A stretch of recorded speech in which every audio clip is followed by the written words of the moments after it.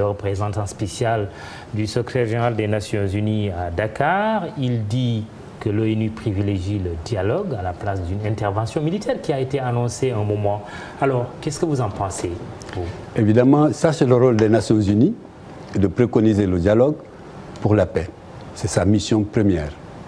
Mais pour le cas spécial au Mali, l'Union africaine et encore moins la CEDEAO n'avaient besoin de solliciter l'autorisation des Nations Unies pour intervenir sur son territoire. Vous êtes pour quoi? Je suis pour l'intervention militaire de la CEDEAO au Mali.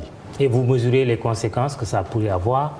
Évidemment, je mesure bien les conséquences que cela peut avoir. Vous savez, les gens qui sont sur le territoire malien, au nord Mali, qui occupent les 2/3 du territoire, c'est des gens qui ne sont pas du Mali. Ce ne sont pas des Maliens.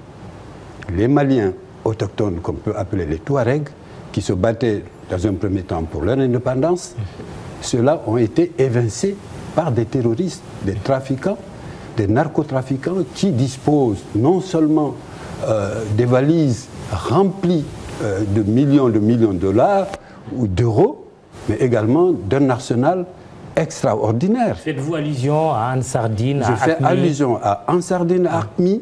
Ce sont des étrangers au Mali. Les ressortissants maliens que sont les Touaregs, ceux-là ont été évincés par eux. Alors, s'il doit y avoir négociation pour les Nations Unies, ou en tout cas pour l'Union africaine et la CEDEAO, c'est de négocier avec le MLA.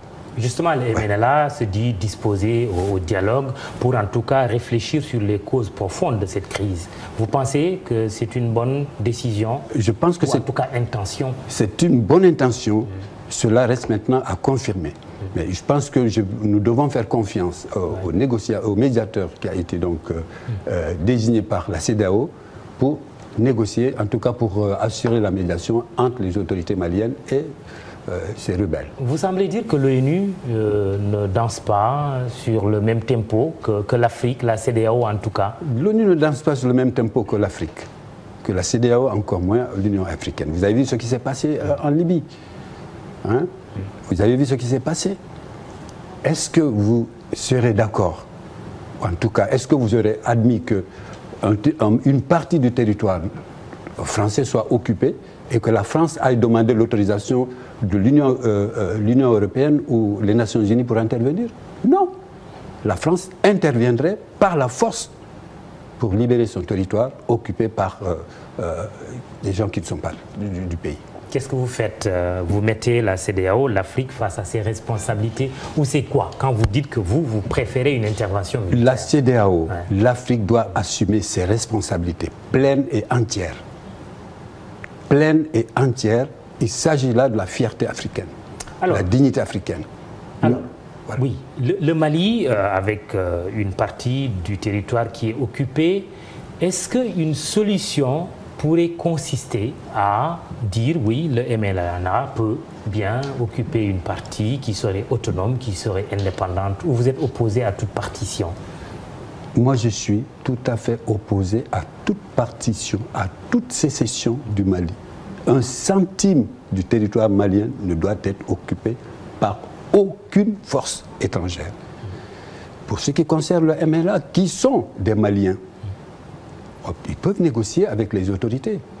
Si c'est des questions économiques qui posent problème pour le développement, peut-être il doit s'agir de cela, évidemment, on peut négocier avec eux pour le développement du Nord Mali, pour une grande autonomie, s'il le faut, au MLA, pour sa culture, c'est reconnu. Mais pour ce qui concerne la sécession ou la partition du Mali, il n'en est pas question. Alors, si on élargit un peu le spectre, vous parlez aussi de paix dans la sous-région. C'est un des objectifs de votre organisation, votre collectif. Tout à fait. Vous voulez dire que la question malienne pose de manière générale la paix dans la sous-région. Quel est le lien?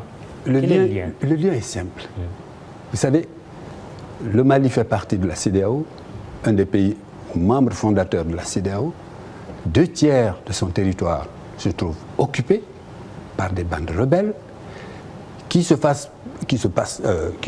font passer pour des islamistes et qui ont un objectif clair, déterminé, Ils sont prêts jusqu'au boutiste. Non seulement après le Mali, ce sont les autres pays de la sous-région qui sont menacés. La sécurité de la sous-région est menacée. Les pouvoirs publics le savent pertinemment et font ce qu'ils peuvent faire. Mais il appartient maintenant à l'opinion publique africaine de se mobiliser. Il ne faut pas rester les bras croisés, attendre pour réagir. Il faut agir maintenant. Ibrahima Fall, merci. C'est la fin de ce 20h. Demain, avec Khalifa Diarraté. Merci, bonsoir.